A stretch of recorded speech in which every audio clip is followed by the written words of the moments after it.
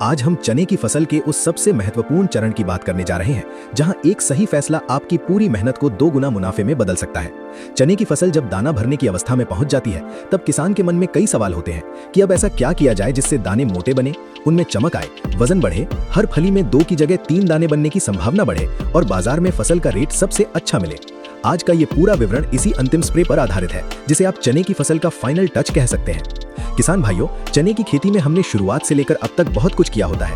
खेत की तैयारी, सही बीज का चयन, समय पर बुआई, संतुलित खाद प्रबंधन, खरपतवार नियंत्रण, रोग और कीटों से बचाव। लेकिन यदि अंतिम समय पर सही पोषण नहीं दिया गया तो फसल अपनी पूरी क्षमता नहीं दिखा पाती। कई बार खेत में पौधे हरे भरे दिखते हैं, फलियां भी अच्छी लगती हैं, लेकिन दाने छोटे रह जाते हैं, चमक नहीं आती और वजन कम होने के कारण उपज प्रभावित होती है। यही वजह है कि अंतिम स्प्रे का महत्व सबसे ज्यादा होता है। जब चने की फसल में लगभग 70 से 80% फलियां बन चुकी हों और दाना भरने की प्रक्रिया शुरू हो गई हो, वही समय अंतिम स्प्रे के लिए सबसे उपयुक्त माना जाता है। इस अवस्था में पौधे की जड़ से लेकर पत्तियों तक पोषक तत्वों की मांग बहुत अधिक होती है। यदि इस समय पौधे को सही माइक्रो और मैक्रो न्यूट्रिएंट्स मिल जाएं, तो वो दानों में भरपूर भराव करता है। इससे दाने मोटे होते हैं, उनकी सतह चिकनी और चमकदार बनती है तथा वजन में स्पष्ट बढ़ोतरी देखी जाती है। सबसे पहले बात करते हैं पौधे की जरूरत को समझने की। दाना भरने के समय चने के पौधे को मुख्य रूप से potash, phosphorus, boron, zinc, sulphur और कुछ मात्रा में नाइट्रोजन की आवश्यकता होती है। पोटाश दाने के आकार और वजन को बढ़ाने में सबसे अहम भूमिका निभाता है। फास्फोरस ऊर्जा के संचार में मदद करता है, जिससे दाना पूरी तरह भरता है। बोरॉन परागण और दाना सेटिंग में महत्वपूर्ण है, जिससे एक फली में 3 दाने बनने की संभावना बढ़ती है। जिंक पौधे की एंजाइम गतिविधियों को सक्रिय करता है और सल्फर प्रोटीन निर्माण में सहायक होता है, जिससे चने का दाना मजबूत और भारी बनता है। अब बात करते हैं उस अंतिम स्प्रे की जिसे किसान भाई अपनाकर शानदार परिणाम पा सकते हैं। इस स्प्रे में सबसे पहले आपको वाटर सोल्यूबल पोटाश का उपयोग करना चाहिए। इसके लिए 000050 या 130045 जैसे उच्च पोटाश वाले उर्वरक का चयन किया जा सकता है। सामान्यतः 5 से 7 ग्राम प्रति लीटर पानी की दर से इसका छिड़काव किया जाता है। इसके साथ ही एक अच्छा माइक्रो न्यूट्रिएंट मिक्स जिसमें बोरॉन, जिंक और आयरन शामिल हों 1 से 2 ग्राम प्रति लीटर पानी में मिलाया जाता है।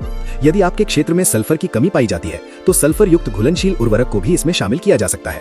किसान भाइयों, कई किसान ये गलती कर बैठते हैं कि वे अंतिम स्प्रे में केवल एक ही पोषक तत्व दे देते हैं, जबकि सच ये है कि इस समय संतुलित पोषण सबसे जरूरी होता है। एक ही तत्व अधिक देने से अन्य तत्वों का अवशोषण प्रभावित हो सकता है, इसलिए हमेशा संतुलन बनाए रखें। स्प्रे करते समय पानी की मात्रा भी सही होनी चाहिए। प्रति एकड़ लगभग 150 से 200 लीटर पानी का उपयोग करें ताकि दवा या उर्वरक पत्तियों पर अच्छी तरह चिपक सके और पौधा उसे पूरी तरह अवशोषित कर सके। अब बात करते हैं स्प्रे के सही समय की। अंतिम स्प्रे हमेशा सुबह या शाम के समय करना चाहिए जब धूप तेज ना हो। तेज धूप में स्प्रे करने से पत्तियों पर जलन हो सकती है और उर्वरक का पूरा फायदा नहीं मिल पाता। हवा तेज हो तो भी स्प्रे से बचें, क्योंकि इससे दवा सही जगह नहीं पहुंचती। मौसम साफ हो और अगले 24 घंटे तक बारिश की संभावना ना हो, यही सबसे उपयुक्त स्थिति मानी जाती है। किसान भाइयों, यदि किसान भाई इस अंतिम स्प्रे के साथ एक हल्का सा प्लांट ग्रोथ प्रमोटर या एमिनो एसिड भी जोड़ देते हैं तो परिणाम और भी बेहतर देखने को मिलते हैं। एमिनो एसिड पौधे के तनाव को कम करता है और पोषक तत्वों के अवशोषण को बढ़ाता है। इससे दाने में चमक आती है और पौधा अंत तक हरा बना रहता है, जिससे भराव की प्रक्रिया पूरी होती है। अब सवाल आता है कि क्या इस अंतिम स्प्रे से वास्तव में हर फली में 3 दाने बन सकते हैं?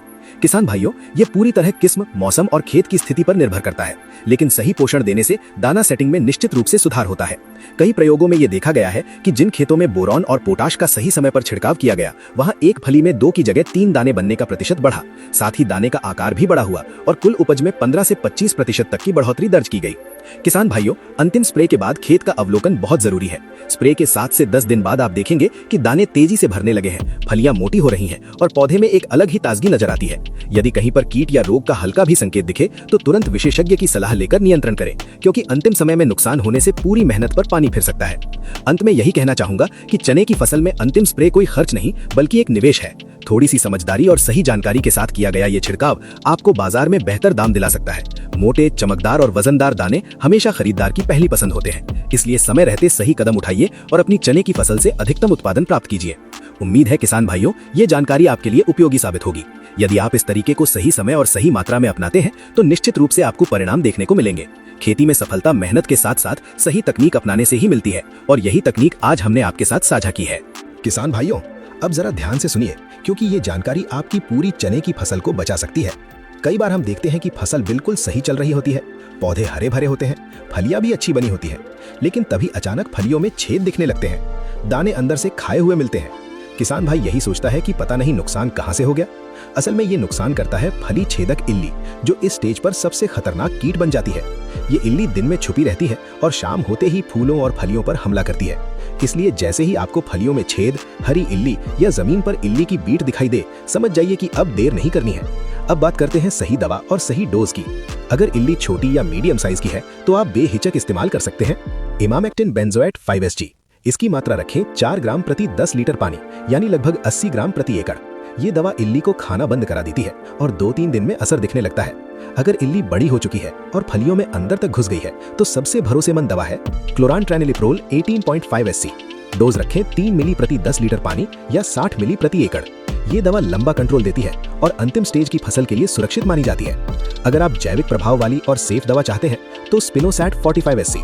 डोज 3 मिली प्रति 10 लीटर पानी या 75 मिली प्रति एकड़ रखें। ये दवा भी इल्ली पर बहुत अच्छा असर करती है। स्प्रे हमेशा शाम के समय सूरज ढलने के बाद करें।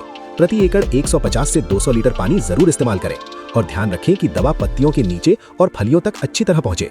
याद रखिए किसान भाइयों, समय पर सही दवा और सही मात्रा में किया गया स्प्रे न सिर्फ आपकी फसल को बचाता है, बल्कि दाने की क्वालिटी, वजन और बाजार भाव भी बनाए रखता है।